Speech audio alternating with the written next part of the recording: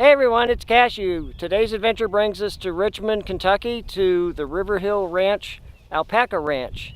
And I'm here with Alvina, who owns the ranch, and she's going to take us around and show us the place. Our adventure starts here.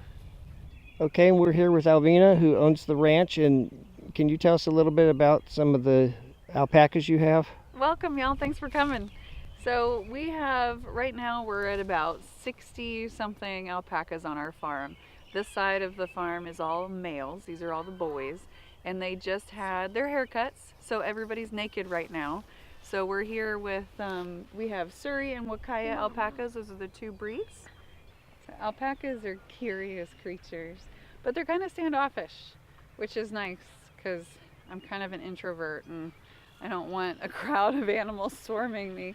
So they'll come to you at arm's reach and they'll put their faces out, which is how they say hello, sniffing you. But they don't really like to be touched. Like, you can't just walk up and pet them.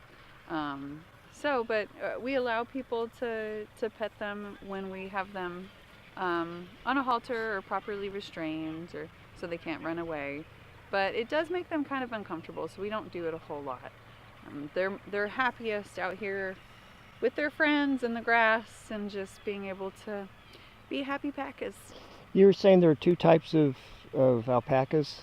There are. Wakaya alpaca make up most of the alpacas in the world. They're poofy, so they're the poofy kind. And then Surrey alpacas, which their fiber has a cool slick feeling to it, and it hangs off their body much more like people hair does. And so they're not poofy. They have more like a slick coat to them. So those are Surrey alpacas. And there's only about, I want to say at last count, there's about 10% of the alpaca population of the world is made up of Surreys. So most of the alpacas you see are Wakayas. He's the boss of the herd. He's one of those that everybody around him can be fighting, but he'll walk by and everybody just stops and freezes and waits for him to pass. And then once he's walked by, then everybody starts fighting with each other again. Is it typical to have a pecking order? It is, yeah. We'll have an alpha in the herd.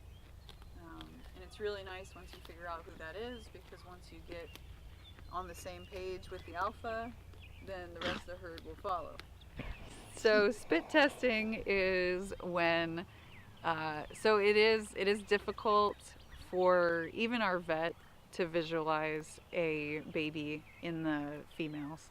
And so it's easier if we spit test with a male. So basically we bring a male in with the females, and if she spits, screams, and runs, then she's likely pregnant.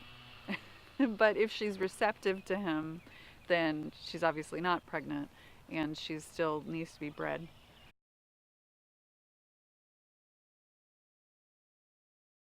And Angora goats cool themselves. They don't sweat.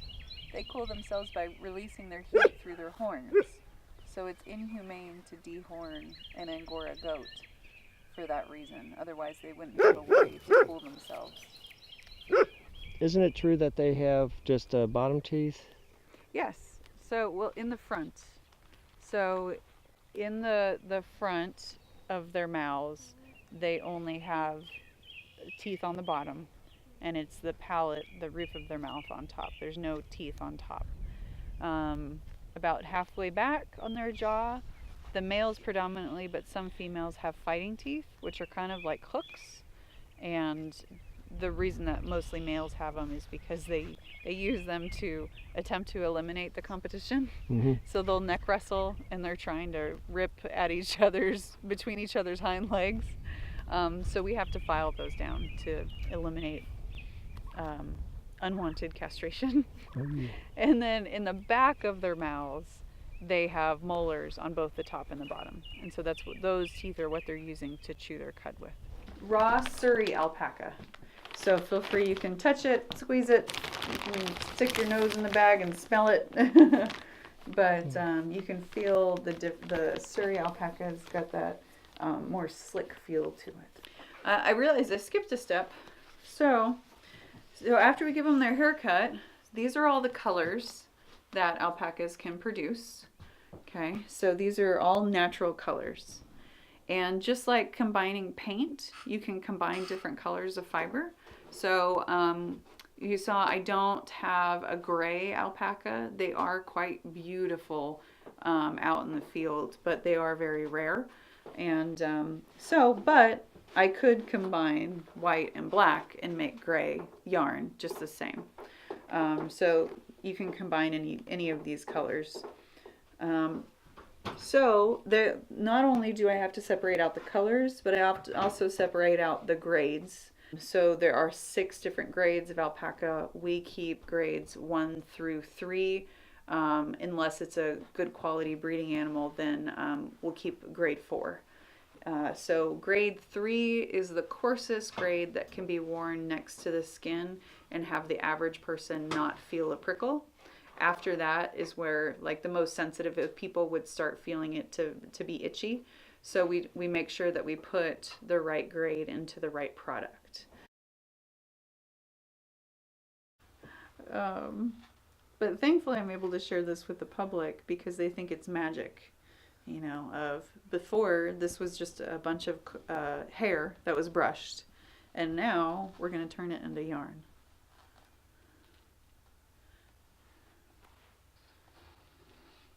And I love the look on little kids' faces especially.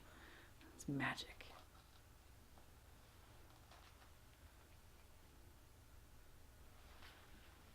So this is a single ply. So in order to create balanced yarn, we generally need at least a 2-ply. You can do a single ply if you steam it, steam set so that the yarn relaxes. But if I were to let go, obviously it would just come untwisted. So another ply balances out the yarn so it doesn't come untwisted.